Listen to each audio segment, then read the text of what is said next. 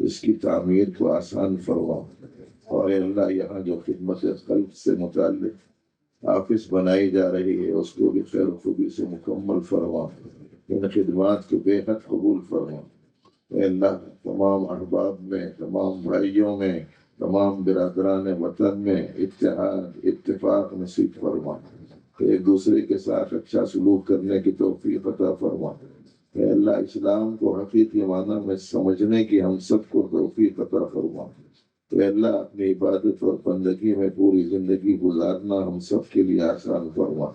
اے اللہ پیارے نبی علیہ الصلوۃ والسلام کی ہدایات کے مطابق زندگی گزارنا سہل فرما، ہمارے ملک میں امن و امان عطا فرما، شرور کو فتنوں کو ختم فرما، پریشانیوں کو ختم فرما۔ السلام علیکم ورحمۃ اللہ وبرکاتہ۔ الحمدللہ آج 14 دسمبر بروز ہفتہ بمقام بٹنال روڈ جیورگی میں تنظیم خدمت خلق جیورگی کی جانب سے مسجد یونس کی الحمدللہ سنگ بنیاد رکھی گئی ہے بدست امیر شریعت آندھرا پردیش و تلنگانہ حضرت مولانا شاہ محمد جمال الرحمن صاحب مفتاحی دامت برکاتہم کے ذریعے سے۔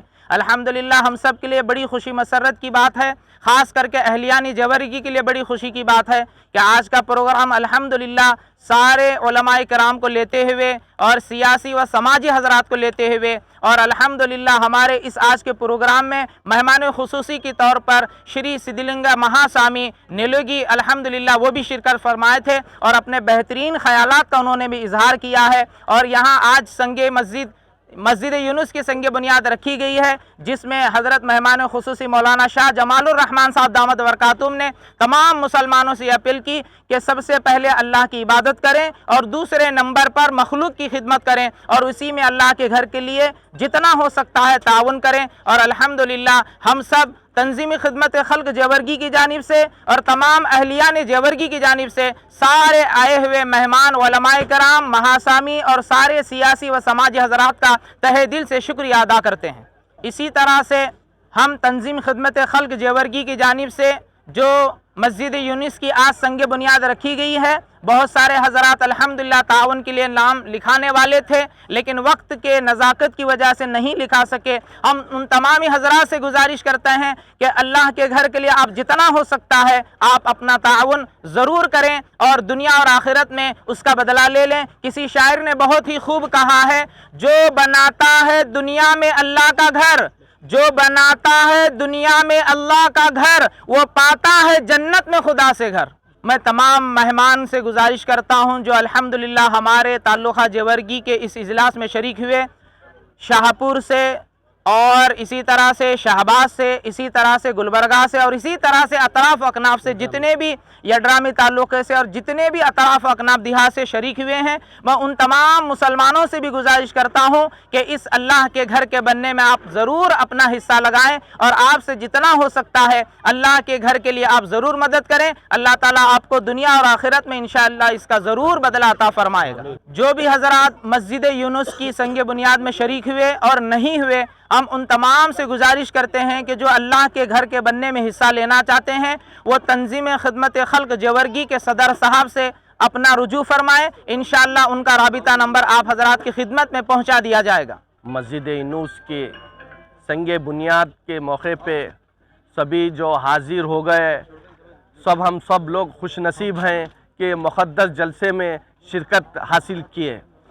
میں تنظیم خدمت خلق کے جانب سے اس پروگرام میں جو بھی لوگ تعاون کیے ہیں ان کا میں تہ دل سے شکریہ ادا کرتا ہوں، اور بھی جو لکھانے والے ہیں ان سے میں گزارش کرتا ہوں کہ خدمت خلق کے ذمہ دار صدر، سیکریٹری، نائب صدر، ذمہ داروں سے رابط کر کے زیادہ سے زیادہ چندہ لکھانے کی کوشش کرے، چاہے اسٹیل ہو، کنکر ہو، سیمنٹ ہو، یہ پیسہ ہو، ریتی ہے، یہ جو بھی میٹریل بھی آپ لکھا سکتے ہیں اور تنظیم خدمت خلق کے ذمہ داروں سے رابطہ کرے تو بہتر رہتا۔